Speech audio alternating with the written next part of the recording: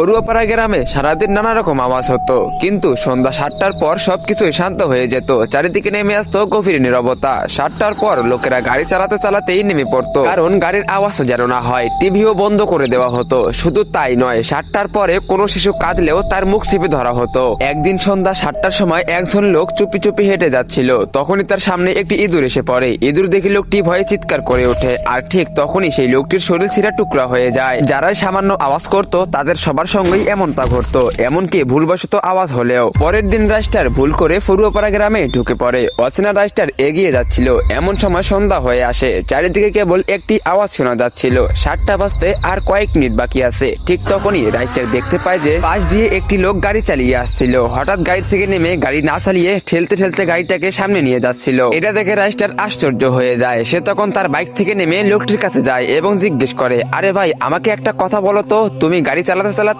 হঠাৎ ধাক্কা দিয়ে নিয়ে যাচ্ছ কেন? আর এই অদ্ভুত আওয়াজটা কিসের? লোকটি বলল, আরে তোমার মরার ইচ্ছা না থাকলে মুখ বন্ধ করে রাখো। 7টা বাজতে আর মাত্র 2 মিনিট বাকি। তুমি অন্য কোনো কাজের লোক মনে হচ্ছে। চলো আমার বাড়িতে, তবে একটু আওয়াজ করবে না। এরপর রাইস্টার সেই লোকটির পিছু পিছু তার বাড়িতে চলে যায়। লোকটি রাইস্টারকে চুপ থাকার ইশারা করছিল। রাইস্টার কিছু বুঝতেছিল না। পরের দিন সকালে রাইস্টার রেগে গিয়ে লোকটিকে বলল, দেখুন, আপনি যেই হন, কিন্তু আপনি আমাকে 7টার পর কথা বলতে দিচ্ছেন না কেন? আর কোনো আওয়াজ করতে দিচ্ছেন না, কিন্তু কেন? তাড়াতাড়ি বলুন। লোকটি বলল, আরে ভাই, তোমাকে আর কি বলবো, আমাদের জীবন 7টার পরে নরকে পরিণত হয়। যে কেউ সামান্য আওয়াজ করলেই তার শরীর 4 টুকরা হয়ে যায়। প্রতি সন্ধ্যা 7টায় কারো না কারো মৃত্যু নিশ্চিত। এই জন্যই তো আমি তোমাকে বারবার বলতেছি যে আওয়াজ করো না। তো বন্ধুরা, সন্ধ্যা 7টার পর আওয়াজ করলে কেনই বা তাদের মৃত্যু হয়, আর কি বা আছে সেই গ্রামে, তোমরা সেটা দেখতে পারবে পার্ট 2-তে। তো পার্ট 2 দেখতে চাইলে ভিডিওতে লাইক করে চ্যানেলটিকে সাবস্ক্রাইব করে দাও। আর টিকটক, ফেসবুক থেকে দেখে থাকলে অবশ্যই ফলো করে দাও, আর কমেন্টে পার্ট 2 লেখো।